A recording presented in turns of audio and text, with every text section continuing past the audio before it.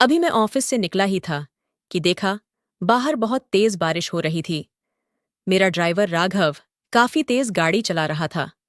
रास्ता पूरा सुनसान था और कुछ भी साफ साफ नजर नहीं आ रहा था। आज मुझे काम खत्म करते करते काफी देर हो गई थी। रात के 12 बज चुके थे और मुझे नींद भी आने लग गई थी। मैंने अपनी आंखें बंद ही की थी कि अचानक राघव ने जोर से ब्रेक लगाया। मैंने कहा, राघव क्या हो गया?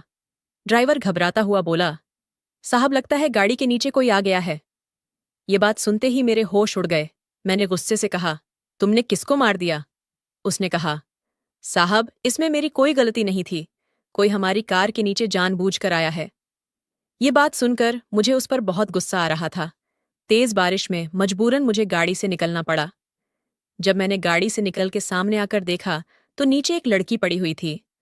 वह करीब 21 साल की होगी। उसने एक जालीदार खूबसूरत सी लाल ड्रेस पहन रखी थी। शायद उसके पैर में चोट आई थी, जिस वजह से वह उठ नहीं पा रही थी। मैं जल्दी से उसके पास गया तो देखा लड़की होश में है, पर नशे में चूर थी। उसने इतना ज्यादा नशा किया हुआ था कि मैं उससे कुछ बोल भी नहीं सका। मैंने उसे गोद में उठा लिया और ड्राइवर की मदद से गाड़ी की पिछली सीट में उसे बैठा दिया। कार मेरे घर के सामने आकर रुकी। फिर मैं इस लड़की को लेकर अपने कमरे में आ गया। मैंने तुरंत अपना फोन निकाला और डॉक्टर को कॉल किया। डॉक्टर ने जल्दी से चेक करके कहा, लड़की ठीक है, हल्की सी चोट आई है और उन्होंने दवा दे दी। लड़की होश में तो थी, पर नशे में होने के कारण उसने मुझसे अब तक बात नहीं की थी। डॉक्टर चला गया तो मैं उसके पास आया और पूछा, तुम्हारा नाम क्या है? तुम कहाँ रहती हो? बताओ, मैं तुम्हें छोड़ आता हूँ। लड़की नशे में ही बड़बड़ाने लगी, मेरा नाम प्रीति है। नहीं नहीं, सोनिया है। नहीं नहीं, अमृता है। ये लड़की क्या बोल रही है? मेरे तो कुछ भी समझ में नहीं आ रहा था। मैं उसकी तरफ देखने लगा कि लड़की अपना नाम भी ठीक से नहीं बता पा रही है। उसने कहा, मैं माधव नगर में रहती हूँ। मैंने सोचा, इतनी रात को एक अनजान लड़की को अपने घर पर रखना ठीक नहीं होगा। उसे घर छोड़कर आता हूँ। मैं उसे लेकर फिर से अपनी गाड़ी में आ गया। राघव अब तक घर जा चुका था तो मैं खुद ड्राइव करने लगा। माधव नगर में एंट्री लेकर मैंने कहा, तुम्हारा घर कहाँ है बताओ? लड़की ने एक घर के सामने आकर कहा कि यह मेरा घर है। मैं उसको उस घर के सामने ले गया और घर की बेल बजाई। इतनी रात को गुस्से से एक आदमी बाहर आया और कहा, क्या बात है? हमें क्यों डिस्टर्ब कर रहे हो? मैंने कहा, ये लड़की आपके घर पर रहती है? वह आदमी बड़ी अजीब नजरों से उस लड़की को देखने लगा। फिर कहा, मैं इसे जानता तक नहीं हूं। अब दोबारा बेवजह मेरे घर की घंटी मत बजाना। मुझे बहुत शर्मिंदगी महसूस हुई। वह लड़की अपना पता गलत बता रही थी। मैंने सोचा, इतनी रात को उसे लेकर घर घर भटकना ठीक नहीं होगा। कोई गलत आदमी मिल गया तो इस लड़की के साथ गलत हरकत कर सकता है, और अभी तो ये होश में भी नहीं है, न ही इसको कुछ याद है। क्या करूं? यही सोच रहा था कि लड़की मेरे पास आ गई। कहने लगी कि मुझे बहुत भूख लगी है। उसके चेहरे पर बहुत मासूमियत थी। मैंने गौर किया तो देखा कि वह बला की खूबसूरत है। उसके दूधिया चेहरे पर लाल लिपस्टिक तो कहर ही डाल रही थी। वैसे तो कई औरतें मेरे करीब आने को तरसती हैं, पर यह लड़की कुछ खास सी थी तो मैंने कहा, चलो कुछ खाते हैं। मैं उसे लेकर शहर के एक बड़े रेस्टोरेंट में आ गया। खाना खाते वक्त लड़की ने कहा, मेरा नाम सोनिया है। आज मेरा मूड खराब था, इसलिए ज्यादा शराब पी ली थी और आपकी कार से टकरा गई। मैंने पूछा, तुम्हारा मूड खराब क्यों था? उसने कहा, मेरी कंपनी के मालिक की वजह से। मैंने सोचा, ये इतनी खूबसूरत है, कहीं इसके मालिक की बुरी नज़र तो इस पर नहीं पड़ गई। वह चुप और उदास थी तो मैंने बड़े प्यार से पूछा, क्या हुआ सोनिया, बताओ।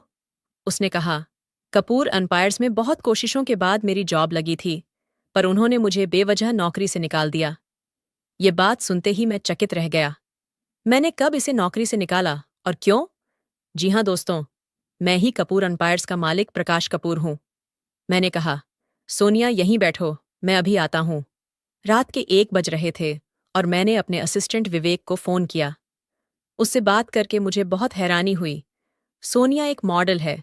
हमारी एड एजेंसी ने उसे सिलेक्ट किया था, पर फिर बिना वजह उसको निकाल भी दिया गया। विवेक से बात करने के बाद मैं वापस सोनिया के पास आ गया। सोनिया अब भी बैठी बैठी खाना खा रही थी। मेरे आते ही उसने कहा, चलो मुझे अभी कहीं जाना है। मैं उसकी तरफ बड़ी हैरत भरी निगाहों से देखने लगा कि रात 1 बजे वह कहाँ जाना चाहती है। मैंने कहा, तुम्हें इतनी रात को कहाँ जाना है? वो मेरी तरफ देखी और कहने लगी, मुझे कपूर अंपायर्स के मालिक प्रकाश कपूर से मिलना है। मैंने कहा, कपूर अंपायर्स के मालिक से मिलकर तुम क्या करना चाहती हो? उसने कहा, मैं उनसे पूछना चाहती हूँ कि किस वजह से उन्होंने मेरा कॉन्ट्रैक्ट यूं कैंसिल कर दिया। बड़ी मुश्किल के बाद मैं मॉडलिंग इंडस्ट्री में आई थी और इतने ऑडिशन के बाद मैं सिलेक्ट हुई थी। मैंने उनकी कंपनी के साथ कॉन्ट्रैक्ट साइन भी कर लिया था, लेकिन आज मुझे पता चला कि वो मेरे साथ काम नहीं करना चाहते, जबकि 2 दिन बाद मेरी पहली शूटिंग होने वाली थी। मेरी जगह पर उन्होंने किसी रीना नाम की लड़की को सिलेक्ट कर लिया, जो शायद प्रकाश कपूर की गर्लफ्रेंड है। उसकी बात सुनकर मुझे अपने आप पर गुस्सा आने लगा था। मैंने ही रीना के कहने पर आज इस लड़की को निकाला था। रीना मेरी बहुत करीबी दोस्त और एडवाइज़र है, पर सबको कहती फिरती है कि वह मेरी गर्लफ्रेंड है। मैंने उसके साथ कई रातें ज़रूर गुजारी हैं, पर मेरे दिल में उसके लिए ऐसी कोई भी फीलिंग नहीं है। वह ये काम करना चाहती थी, इसलिए उसने सोनिया को हटा दिया। मैंने कहा, देखो रात बहुत हो गई है, अभी प्रकाश कपूर से तुम नहीं मिल पाओगी, तुम मेरे साथ मेरे घर चलो, कल देखता हूं कि क्या हो सकता है। वो बड़ी प्यार भरी निगाह से मुझे घूरने लगी और बोली, तुमने आज मेरी बहुत मदद की, तुम बस मुझे प्रकाश कपूर के घर के बाहर छोड़ दो, मैं तुम्हें अब और परेशान नहीं करना चाहती। मैंने कहा, मैं तुम्हें उसके पास ले चलूंगा, फिलहाल तुम मेरे साथ मेरे घर चलो। तुम ठंडे दिमाग से कल उसके पास जाना और फिर बात करना। उसने कुछ नहीं कहा और मेरे साथ कार में बैठ गई। अभी भी बहुत जोरों की बारिश हो रही थी। वह लड़की इतनी खूबसूरत और अट्रैक्टिव है कि मेरी नज़र उस पर ही टिकी थी। मैं उसे लेकर अपने घर पर आ गया। मैंने कहा, तुमने इससे पहले कभी प्रकाश कपूर को देखा है क्या? उसने कहा, नहीं, मैंने कभी नहीं देखा, बस उनका नाम सुना है। मैं उनके भाई अमित से मिल चुकी हूँ, उन्होंने खुद ही मुझे सिलेक्ट किया था, लेकिन वो शायद अभी शहर से बाहर गए हुए हैं। इस बात का फायदा उठाकर प्रकाश ने मुझे नौकरी से निकाल दिया। उस लड़की को देखकर मेरे दिल का शैतान जाग रहा था। आज बारिश की इस ठंडी रात में मैं इस नीली आंखों वाली को पाना चाहता था। उसकी खूबसूरती मुझे उसके करीब खींच रही थी। इससे पहले भी कई लड़कियों के साथ मैं रातें गुजार चुका हूं, पर इस लड़की में कुछ तो अलग बात थी, लेकिन उसके चेहरे की मासूमियत को मैं जबरदस्ती कुचलना नहीं चाहता था। मैं चाहता था कि वह खुद ही मेरी बाहों में आ जाए और मुझसे मोहब्बत करे। लड़की नशे से कुछ हद तक बाहर आ गई थी, लेकिन शायद उसे नींद आने लगी थी। मैं उसे अपने कमरे में लेकर आ गया और उसे अपनी शर्ट दे दी और कहा, इसे पहन लो। उसकी जालीदार लाल ड्रेस भीग चुकी थी। काफी देर से वो गीले कपड़ों में ही थी। उसने मेरी तरफ देखा, फिर वॉशरूम में जाकर कपड़े चेंज कर लिए। अब वो मेरे सामने आकर खड़ी हुई तो वह बस एक शर्ट में थी। मैं उसे सर से पांव तक देख रहा था। लड़की लंबी चौड़ी एकदम मॉडल जैसी फिगर थी। न जाने क्यों मैंने इस लड़की को काम से निकाल दिया था। ये लड़की तो कयामत ला सकती है। उसने मेरे पास आकर कहा, मुझे बहुत तेज नींद आ रही है। मैं उसको पाना चाहता था, इसलिए मैंने कहा, तुम यहीं पर सो जाओ। उसने कहा, फिर तुम कहाँ सोओगे? मैंने कहा, मैं बेड के दूसरी तरफ सोऊंगा। वो बड़ी अजीब निगाह से मुझे देखने लगी और मन ही मन कुछ सोचने लगी थी। मैंने कहा, घबराओ मत, मैं उधर सो जाऊंगा। वो कुछ सोचकर चादर ओढ़कर बेड पर ही लेट गई। मेरी नज़र उसकी ओर से हट ही नहीं रही थी। मैंने उसके पास आकर कहा, सोनिया, तुम बहुत खूबसूरत हो। उसने कहा, खूबसूरती से कुछ नहीं होता। मैं सक्सेसफुल नहीं हूं। न जाने क्या क्या सपने देखकर इस शहर में आई थी, और आज देखो, मेरे पास कुछ भी नहीं है। मैंने कहा, मैं एक बहुत लकी इंसान हूं। तुम चाहती हो तुम कुछ बन जाओ, कामयाब हो जाओ, तो मेरे पास इसके लिए एक अच्छा तरीका है। वह बहुत मासूमियत से मुझे देखने लगी और बोली, क्या करना होगा मुझे? मैंने कहा, मैं बहुत लकी इंसान हूं। अगर तुम मुझे किस करो तो हो सकता है कि तुम्हारी किस्मत खुल जाए। वो मेरी तरफ टकटकी लगाकर देखने लगी, मानो उसे यकीन नहीं हो रहा था। वो बोली, ऐसा कैसे हो सकता है? मैंने तो कभी ऐसा नहीं सुना। मैंने कहा, यकीन नहीं आता तो आजमा कर देख लो। वह मेरी तरफ देखने लगी। वो उस समय इतनी सुंदर लग रही थी कि मैं कुछ न सोचते हुए उस पर झपट पड़ा। लड़की घबरा गई और बोली, बस अब प्लीज यहीं रुक जाओ। मैं उसकी ओर देखने लगा कि उसकी आंखें बंद हो गई थीं और वह गहरी नींद में चली गई। मेरे सामने एक अप्सरा सी खूबसूरत लड़की लेटी हुई थी और वह बहुत गहरी नींद में सो रही थी। मेरी प्यास अधूरी ही रह गई थी, लेकिन मैंने सोचा कि मैं जब तक इसे पा नहीं लेता, मेरी कलेजे को ठंडक नहीं पहुंचेगी, और यही सोचकर मैं उसके जिस्म से कपड़े खोल खोल कर अलग करने लगा। लेकिन तभी मेरी नज़र उसके सीने पर पड़ी तो मेरे पैरों तले जमीन निकल गई। मैं बिल्कुल पसीने पसीने हो गया और मेरे आंखों से आंसू आ गए। मैं हर हाल में इस लड़की को पाना चाहता था, लेकिन एक पल में ही वह लड़की मुझे अपने आप से दूर जाती नजर आई। मजबूरन मैंने उसे उसी हाल में छोड़ दिया। फिर क्या था, मुझे भी नींद आ गई और मैं भी सो गया। सुबह 5 बजे जब मेरी नींद खुली तो मेरी नज़र फिर से सोनिया पर चली गई। उसके चेहरे की मासूमियत मेरे दिल को छू रही थी और अचानक ही उसकी भी नींद खुल गई। नींद खुलते ही एक पल के लिए वह घबरा गई। उसने मुझे देखा, फिर अपने जिस्म को देखा। उसके जिस्म में कपड़े नहीं थे। वह जल्दी से उठी और मेरी दी हुई शर्ट पहन ली। उसके बाद जल्दी से उठकर वह बाथरूम चली गई और अपने जालीदार कपड़े पहनकर फिर से वापस आ गई। बाहर आकर वो मेरी ओर बड़े गुस्से से देखने लगी और बोली, सच सच बताओ, तुमने मेरे साथ रात में क्या किया? मैं उठकर बैठा। मैंने उससे कहा, मैंने तुम्हारे साथ कुछ नहीं किया। उसने कहा, फिर? फिर मैं ऐसे हाल में कैसे आई? मैंने तुम्हें अच्छी तरीके से पहचान लिया है। ऐसी हरकत तुम ही कर सकते हो, मिस्टर प्रकाश कपूर। उसका नशा उतर चुका था, शायद इसलिए उसने मुझे पहचान लिया था। एक पल के लिए तो मेरी बोलती बंद हो गई और मैं चुपचाप उसकी ओर देखने लगा। वह लड़की अपना पर्स लेकर जाने लगी थी कि मैंने उसका हाथ पकड़ लिया और कहा, कहाँ जा रही हो? रुक जाओ। उसने मेरा हाथ झटक दिया और कहा, मैं तुमसे नफरत करती हूँ। मेरे दिल में कोई और है। मैंने कल रात उसके सीने पर एक लॉकेट देखा था जिसमें उसकी और मेरे भाई अमित की तस्वीर थी। मेरा भाई पिछले 1 महीने से काफी खुश नजर आ रहा था। अभी शहर जाने से पहले उसने मुझसे कहा था कि भैया, मैं काम से वापस आकर तुम्हें एक बहुत बड़ी खुशखबरी दूंगा। मैंने कहा, कोई लड़की का चक्कर है क्या? तो वह शर्माने लगा और बोला, भैया, मैं उससे आपको जरूर जरूर मिलवाऊंगा।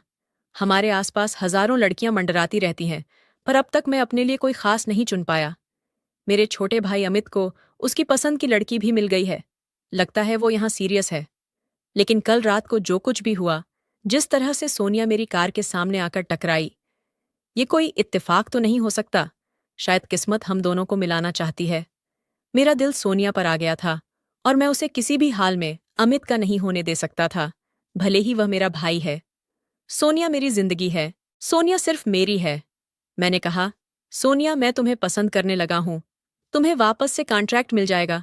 तुम्हारे करियर को मैं 4 चांद लगा दूंगा। बस तुम मेरी हो जाओ। उसने कहा, मुझे तुम्हारी दया नहीं चाहिए। मैंने अपने बलबूते पर ही यह कॉन्ट्रैक्ट हासिल किया था और मैं तुम्हें बहुत अच्छे से जानती हूं। तुम्हें बस लड़कियों का इस्तेमाल करना आता है। और इतना कहकर वह जाने लगी। मैंने उसका हाथ पकड़ लिया। वह अपने आप को छुड़ाने लगी। मैंने कहा, सोनिया, मेरा यकीन करो, मैं तुमसे प्यार करने लगा हूं। कल जो कुछ भी हुआ वह इत्तेफाक नहीं हो सकता।